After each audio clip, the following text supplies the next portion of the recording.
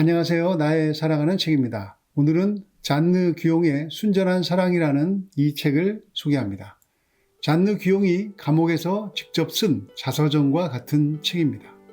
존 버년도 감옥에서 철로역정, 거룩한 전쟁 등을 집필했는데 잔느 귀용도 투옥 중에 자서전을 썼습니다.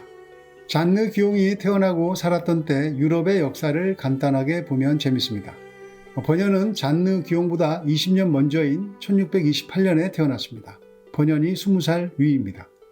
버년은 청교도 혁명에 의회파 군인으로 참전합니다. 의회파는 당시 왕당파를 이기고 크로멜이 집권합니다. 이때 왕인 찰스 1세는 단두대에서 처형됩니다. 아버지 찰스 1세가 처형당하자 아들 찰스 2세는 어머니의 나라 프랑스로 망명합니다. 아버지 찰스 1세의 부인이자 자신의 어머니가 프랑스의 공주였기 때문입니다. 프랑스는 당시 카톨릭이 주류 세력이라 찰스 2세가 자신의 안전을 도모하기에는 적절했을 것입니다.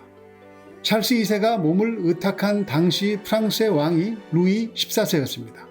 찰스 2세는 나중에 왕정 복고로 다시 잉글랜드의 왕이 됩니다.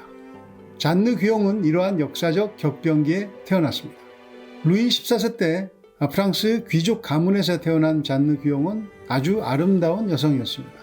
16살 때 38살의 남성과 결혼해서 남편의 병수발을 들고 시어머니와 하녀의 학대로 비참한 결혼 생활을 합니다. 고통 끝, 행복 시작이라고 하지만 그녀의 삶은 고통 끝, 다시 고통 시작인 삶이었습니다. 그런 귀용이 예수님을 만납니다. 이 책은 그녀가 고통스러운 일상 가운데 주님을 어떻게 찾았고 주님을 어떻게 만났고 주님과 어떻게 사귀었는지를 이야기하는 책입니다. 그녀는 신비주의자라는 누명을 쓰고 8년간 옥살이를 하는데 투옥되기까지의 삶을 이렇게 꼼꼼하게 기록했습니다. 세상의 눈으로는 망했다고 말할 수도 있지만 그녀에게는 감옥에 있는 돌들이 보석처럼 귀하게 보일 정도로 마음에 예수님의 평강과 기쁨이 가득했습니다. 십자가에서 주님과 함께 죽고 다시 주님과 함께 연합해 살아간 귀용의 이야기 일부를 읽어보겠습니다.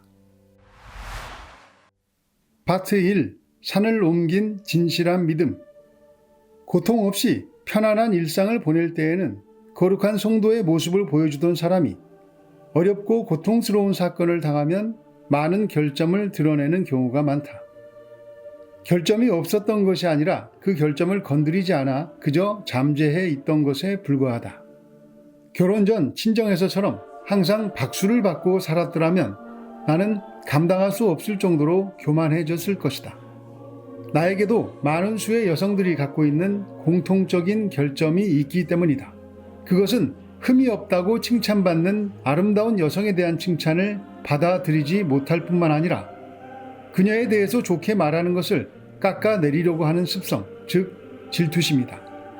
이것은 교만함의 열매로 오랫동안 내게 남아있었다.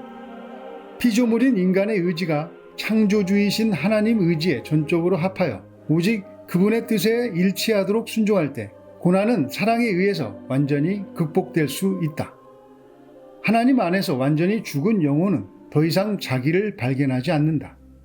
우리의 죄를 깨끗하게 씻어주시기 위해 하나님께서는 불을 보내신다.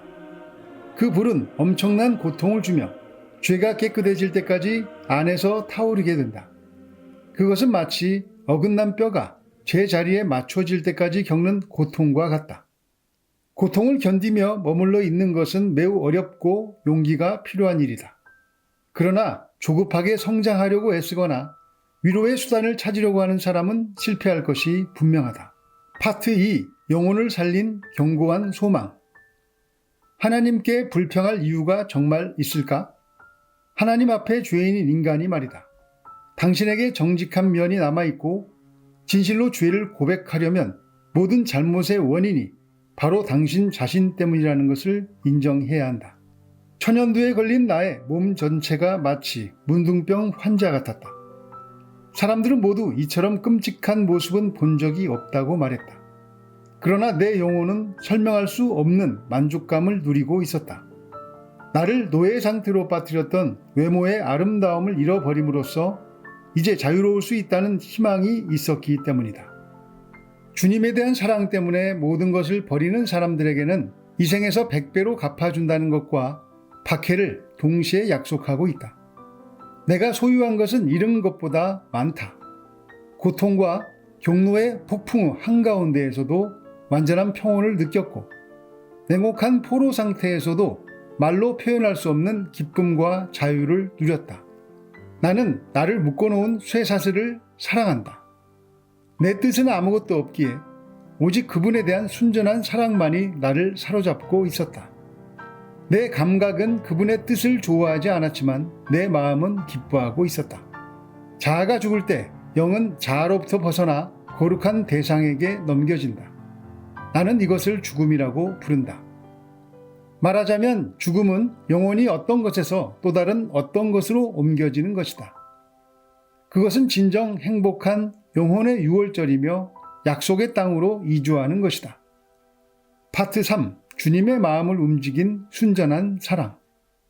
진정으로 고통을 겪고 자아를 부인하는 영혼은 스스로 선택한 훌륭한 사람들과 대화하기보다는 아무리 바보 같을지라도 하나님의 인도와 질서에 의해 선택된 사람들과 대화하는 것을 더 좋아한다.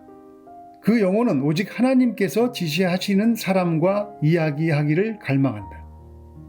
모든 사람이 찬사를 보내는 빛과 은사와 은혜와 거룩한 삶의 길이 있다.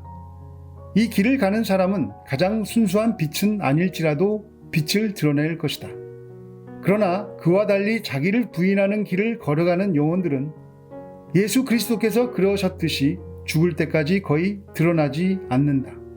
삶의 가운데 있는 수많은 고통은 영혼이 제자리에 있지 않고 하나님의 질서에 만족하지 않는 데서 온다. 고통은 바로 그 지점부터 끊임없이 쌓인다. 어떤 이는 하나님을 위해 순교하기를 원하고 어떤 이는 이웃이 구원받기를 목말라하고 어떤 이는 하나님을 영광 중에 보기를 열망한다. 그러나 하나님의 뜻 안에서 안식하는 사람은 이런 갈망이 없더라도 만족한다. 이는 하나님께 더욱 커다란 영광이 될 것이다. 어떤 사람들이 내가 자기네 구역을 침범해서 영혼들을 돕는다며 불평하기 시작했다. 그 구역에는 나를 사랑하는 참여자들도 있었다.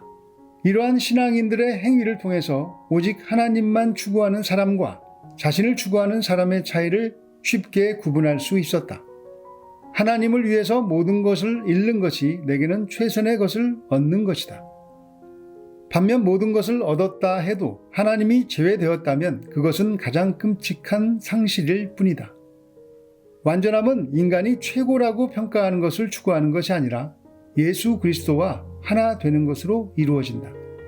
예수 그리스도 외에 하나님을 기쁘시게 하는 것은 아무것도 없고 예수 그리스도만이 하나님의 모습과 성품을 지니고 계신다. 책을 보면 잔느 귀용과 원수처럼 지내던 사람이 나중에는 친구가 됩니다.